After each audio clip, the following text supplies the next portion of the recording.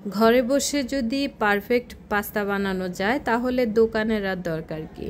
আসসালামু আলাইকুম। আজকে আমি আপনাদেরকে ঘরে বসে কিভাবে পাস্তা বানানো যায় আমি দেখাচ্ছি। 2 কাপ আটা নিয়েছি, আর আটার পরিমাণটা আপনাদের ইচ্ছে মতো দিবেন, বেশি বানালে বেশি দিবেন, কম বানালে কম দিবেন। আমি 2 কাপ আটা নিয়েছি, পরিমাণ মতো একটু লবণ দিলাম, আর জাস্ট 1 টেবিল চামচ পরিমাণ একটু তেল দিয়ে দিলাম, দিয়ে ভালোভাবে মেখে নিচ্ছি। আর আটার মধ্যে তেল দিয়ে মাখার পরে যখন আটাগুলো একটু ঝরঝরা হবে তখন বুঝবেন যে মাখা হয়ে গেছে। আমার আটাগুলো মাখা হয়ে গেছে। এখন আমি কুসুম গরম পানি দিয়ে পাস্তাগুলো মেখে নিচ্ছি। একবারে কুসুম গরম পানি নেবেন, গরম পানি দিবেন না, পানি আস্তে আস্তে দিবেন। বেশি জোরে পানি দিলে বেশি পড়ে যাবে। এই যে পানির পরিমাণটা কেমন হয়েছে, নিশ্চয় পাস্তার যে আটার ডোটা আমি বানিয়েছি পাস্তার জন্য, দেখেই বুঝতে পাচ্ছেন।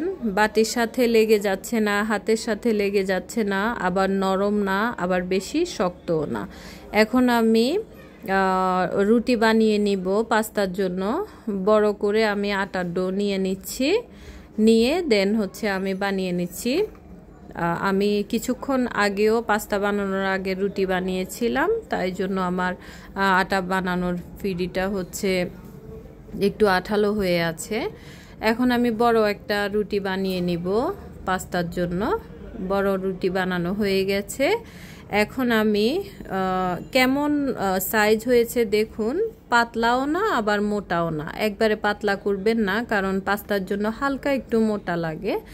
তো রুটি বানানোর পরে আমি কিভাবে কেটে নিচ্ছি দেখুন, লম্বালম্বিভাবে আমি কেটে নিচ্ছি রুটিগুলো। রুটিটা কাটার পরে আবার আড়াআড়িভাবে কেটে নিচ্ছি। আপনারা যে কোনো শেপে কেটে নিতে পারেন। এভাবে কেটে ডিরেক্ট পানিতে দিতে পারেন, আবার যে কোনো ডিজাইন করতে পারেন।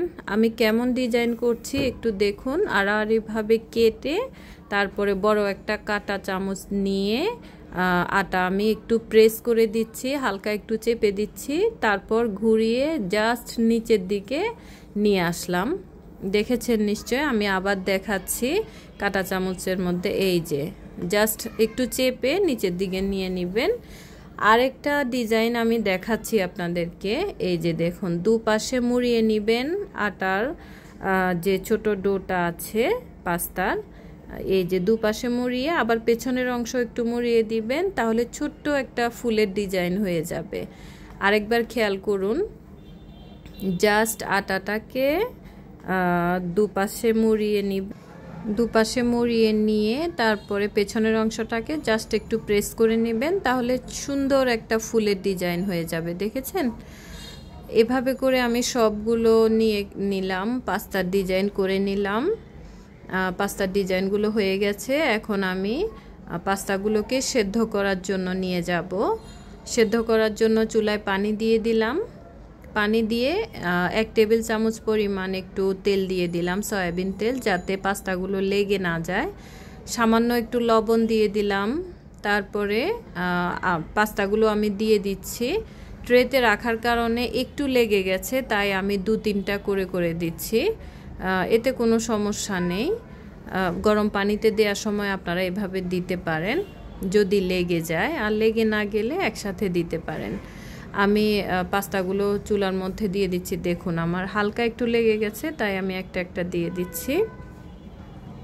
পাস্তাগুলো চুলায় দিয়ে যখন দেখবেন যে একটু ফুলে গেছে, হালকা একটু নেড়েচেড়ে দিবেন।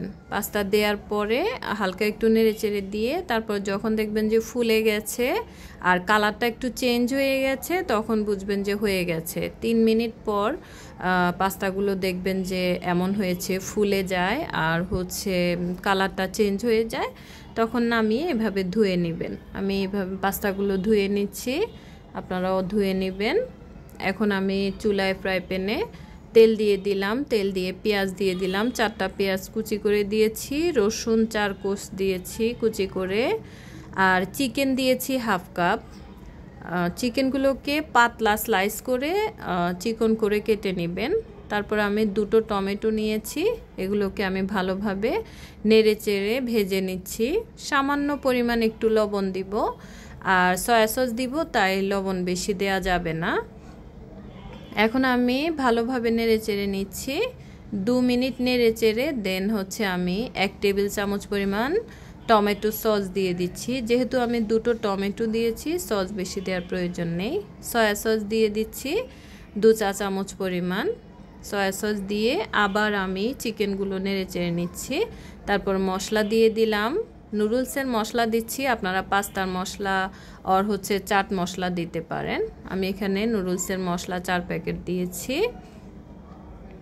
দিয়ে তারপর আবার নেড়ে চেড়ে নিচ্ছি ভালোভাবে। 2 মিনিট আমি আবার ভালোভাবে চিকেনগুলোকে নেড়ে চেড়ে নিব তেলের মধ্যে। তারপরে খুবই সামান্য পরিমাণ একটু পানি দিব, বেশি পানি দেয়া যাবে না, যেহেতু চিকেন আর ছোট করে কেটে নিয়েছি, হয়ে যাবে। 2 টেবিল চামচ পরিমাণ আমি পানি দিয়েছি। এখন আমি একটা ডিম দিয়ে দিলাম। ডিম দিয়ে তারপরে আপনারা একটু ভালোভাবে নেড়েচেড়ে দিবেন। আমিও ভালোভাবে নেড়েচেড়ে দিচ্ছি। আর ডিম চাইলে আপনারা 2টো দিতে পারেন, কোনো সমস্যা নেই। আমি 2টো ইউজ করেছি, বাট একটা আমি পরে ইউজ করব।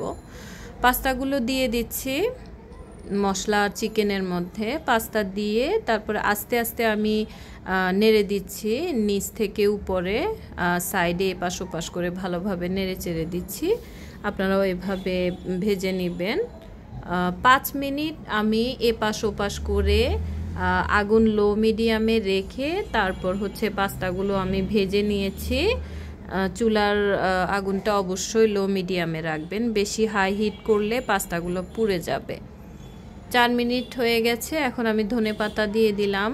আর যখন দেখবেন যে তেল বেরিয়ে গেছে পাস্তা থেকে, তখন বুঝবেন যে পাস্তাগুলো হয়ে গেছে। আমার পাস্তাগুলো রেডি। এখন আমি চুলা থেকে নামিয়ে ফেলবো।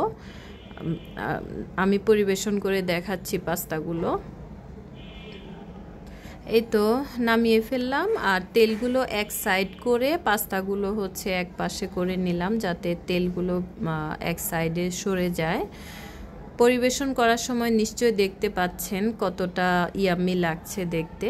এখন আমি একটু সস, তারপরে ডিম, এগুলো দিয়ে একটু ডেকোরেশন করে নিচ্ছি। বিলিভ মি, এভাবে আপনারা বাসায় করলে কিন্তু খুবই মজা পাবেন, আর দেখতেও খুবই লোভনীয় লাগবে আপনাদের কাছে। আর আমার এই রেসিপি যদি আপনাদের কাছে ভালো লেগে থাকে, অবশ্যই অবশ্যই আপনারা আমার পাশে থাকবেন, লাইক কমেন্টস শেয়ার করবেন। আল্লাহ হাফেজ, আসসালামু আলাইকুম।